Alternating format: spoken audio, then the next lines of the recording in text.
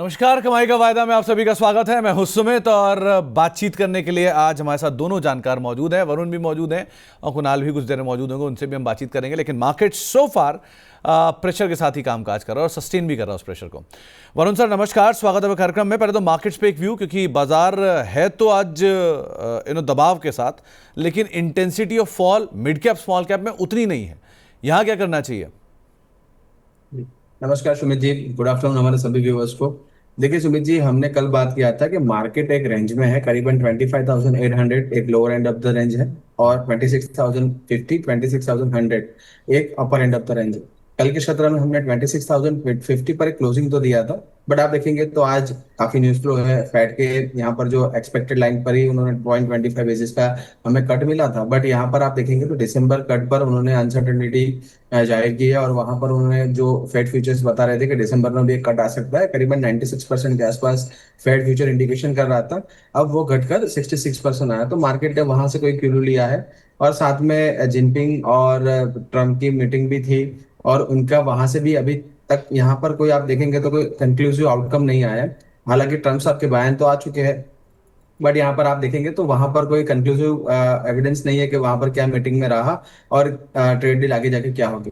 तो इसलिए मार्केट एक दायरे में है। आप और दूसरा देखेंगे तो यहाँ पर एक अच्छा कंसिडरेशन सुमित जी हम मानेंगे कि देखेंगे 25,710 का एक लो बना था, फिर 25,810 का एक लो बना था और आज 25,892।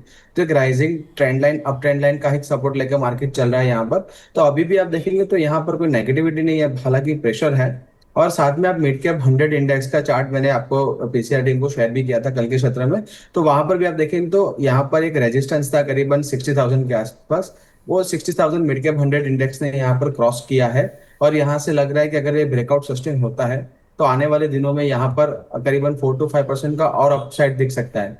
तो हालांकि इंडेक्स से कंसोलिडेशन करे, एक सीमित दायरे में काम करे, but mid and small cap अभी से अच्छा करना शुरू कर सकते हैं। और वैसा ही हमारा व्यू था कि जैसे ही मार्केट स्टेबलाइज होंगे 25,800 26,000 के आसपास, तब मिड कैप अपना जो आउट परफॉर्मेंस है वो कंटिन्यू कर सकता है। हमारे साथ विवेक जी तो मौजूद हैं, सॉरी हमारे साथ कुणाल जी भी अब जुड़ गए हैं। कुणाल जी से भी जरा चर्चा कर ली जाए। कुणाल जी नमस्कार, स्वागत है कार्यक्रम में। पहले तो मार्केट्स को लेकर एक आउटलुक आपका, क्योंकि बाजार पे आज हम ज़्यादा बात नहीं कर पाए अब तक, लेकिन कोई आउटलुक आप कैसे देख रहे हो मार्केट्स को?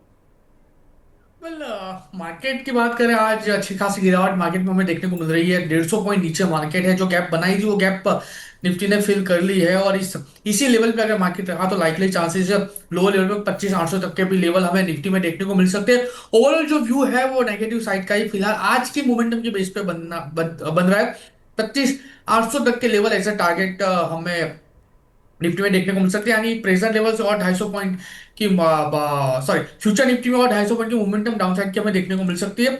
स्पॉट निफ्टी 25,900 के अराउंड है। स्पॉट निफ्टी की बात करें तो जहां से स्पॉट निफ्टी में मोमेंटम देखने को मिल रही है, स्पॉट निफ्टी भी यहां से अगर देखने जाए तो इन बिटवीन जो उसने एक बॉटम बनाया था 25,700 का, वो 25,700 हम यहाँ पे हमें देखने को मिल सकता है। तो स्पॉट निफ्टी में भी तकरीबन तकरीबन 200 पॉइंट की नीचे की मोमेंटम हमें यहाँ से देखने को मिल रही है।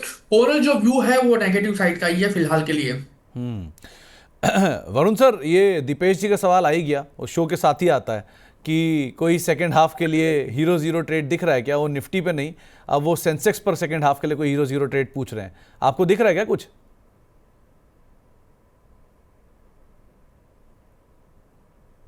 उसमें जब देखेंगे तो सेंसेक्स पर आज एक्सपायरी है और एक्सपायरी में आप देखेंगे सेंसेक्स एक बड़ी रेंज में ट्रेड करता दिख रहा है, करीबन 84,000 से लेके 85,000 का एक बड़ा रेंज है और उसी रेंज में प्ले कर रहा हुआ दिख रहा है। अभी हाल फिलहाल आप देखेंगे तो 84,500 के आसपास चल रहा है और नीचे में एक सपोर्ट है 84,300। अगर 84,500 का लेवल अगर नीचे टूटता है और थोड़ा सस्टेन करता है तो 84,300 तक जा सकता है।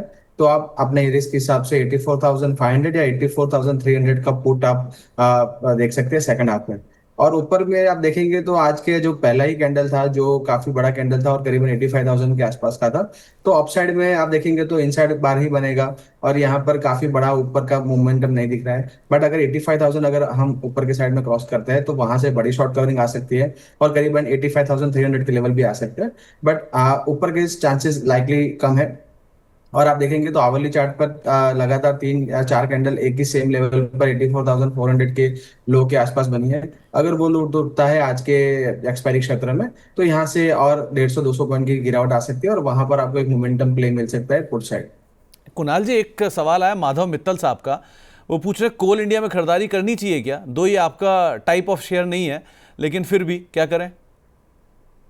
कल कोलिंगा की बात करें तो डेफिनेटली खरीदारी करके चलने की सलाह रहेगी। आज के दिन में स्टॉक 1% ऊपर है और 385 के अराउंड ट्रेड हो रहा है।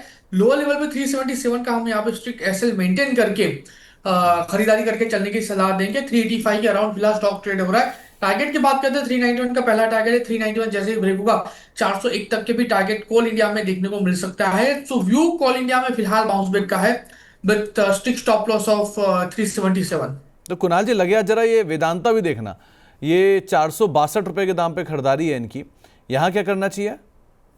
वेल 505 के अराउंड है और एक अच्छी खासी मोमेंटम हमें स्टॉक में देखने को मिल चुकी है। ओवरबॉट जोन में स्टॉक ट्रेड हो रहा है। मैं कहूंगा एक बार यहाँ पे प्रॉफिट बुकिंग करके चलने की सलाह रहेगी।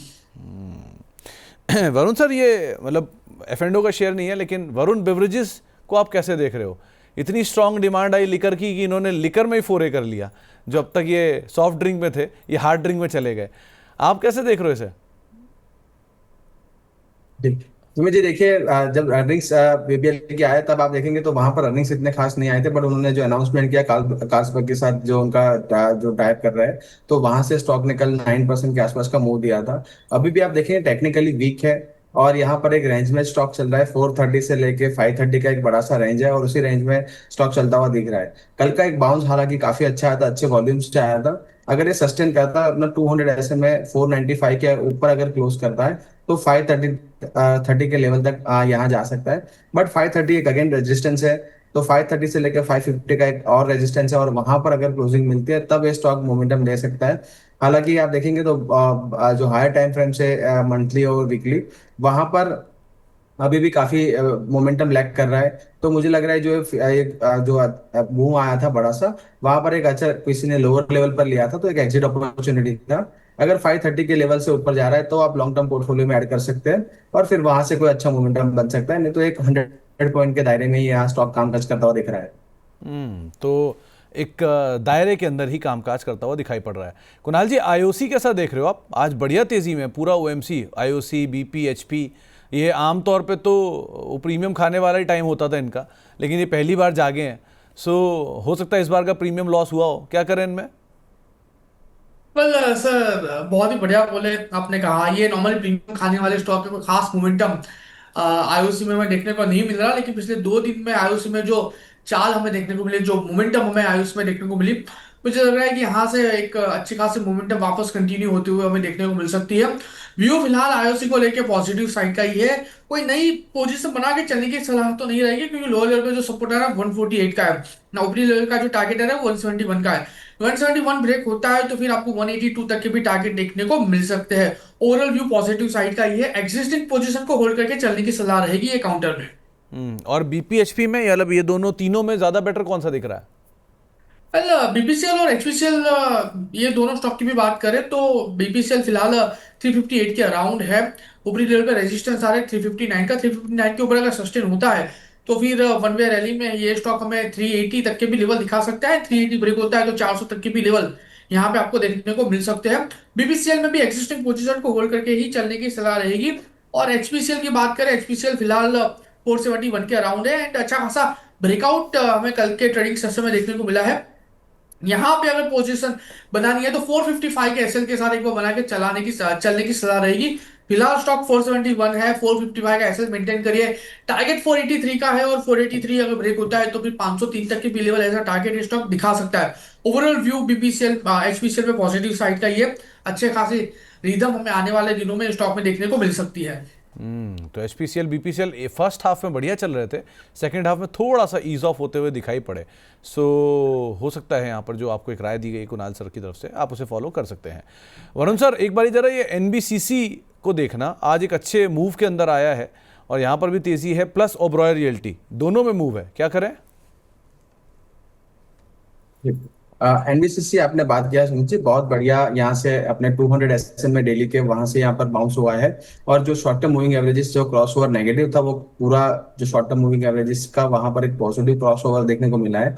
करीबन 110 से लेके 113 का एक यहाँ पर एक कंसोलिडेशन था और वो ब्रेकआउट आया है। कहीं ना कहीं यहाँ पर लग रहा है ब्रेकआउट सस्टेन होगा।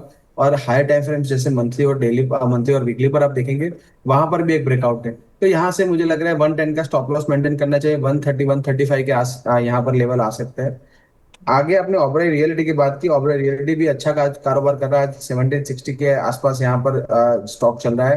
करीबन 2% के आसपास, 2.5% के आसपास चल रहा है। और एक बड़ा सा रेंज में जी यहाँ पर था डेली चार्ट्स पर, करीबन 1550 से लेके 1750 का वो रेंज ब्रेकआउट दिया है। और जो स्टॉक अपना 200 एसएमए के नीचे चल रहा था, वहां पर लगातार 2-3 दिन स्टॉक ने कंसोलिडेट करके यहाँ पर एक ब्रेकआउट दिया है। तो ये ब्रेकआउट सस्टेन होता दिख रहा है। किसी की भी अगर पोजीशन है यहाँ पर, 1730 का एक स्टॉप लॉस मेंटेन करके चल सकते हैं। 1800 और 1840 के टारगेट यहाँ पर मुझे दिख रहे हैं। कुणाल जी भाई, जरा कैंप्स देखना, आज बढ़िया शॉर्ट कवरिंग कैंडिडेट दिखाई पड़ रहा है। अच्छी तेजी में है, 2.5% ऊपर है, वायर रिडक्शन भी हुआ है, क्या करें यहाँ पे? पर कैंप्स की बात करें फिलहाल, एक अच्छी खासी मोमेंटम कैंप्स में हमें देखने को मिल रही है। आज के दिन में 2% ऊपर है स्टॉक। एंड कल के दिन में देखने जाए तो एक हैमर कैंडलस्टिक फॉर्मेशन भी काउंटर ने बनाई है। प्रेशर लेवल से खरीदारी करके चलने की सलाह रहेगी। लोअर लेवल पे एसएल थोड़ा सा लंबा है। क्या कल का जो बॉटम है वही हमारा एसएल होगा 3710 का, यहाँ पे हमारा एसएल होगा। फिलहाल स्टॉक ये जो ट्रेड हो रहा है वो 3945 के अराउंड ट्रेड हो रहा है। खरीदारी करके चलिए। पहला टारगेट 4125 का देखने को मिल सकता है। 4125 जैसे ही ब्रेक होगा 4415 तक के भी लेवल हमें ये स्टॉक दिखा सकता है। ओवरऑल जो व्यू है पॉजिटिव साइड का ये है। 3710 के एसएल के साथ यहाँ पे पोजीशन बना के चलने की सलाह रहेगी। कोई स्टॉक है क्या कुणाल जी जो आप अभी यहाँ पे नजर रखे हो, या कोई स्ट्रैटेजी? वेल डेफिनेटली सर, पहले हमने 28 अक्टूबर को एक स्ट्रेटेजी दी थी। मॉर्निंग में तो 7,000 का प्रॉफिट आ रहा था। फिलहाल 6,000 का प्रॉफिट है। L and T ratio spread जो 28 अक्टूबर को हमने सजेस्ट की थी, यहाँ पे एक प्रॉफिट बुक करके चलने की सलाह रहेगी। तकरीबन तकरीबन 4 से 5% का प्रॉफिट यहाँ पे हमें देखने को मिल रहा है पिछले 2 दिन में। तो यहाँ पे एक बार प्रॉफिट बुक करके चलने की सलाह रहेगी।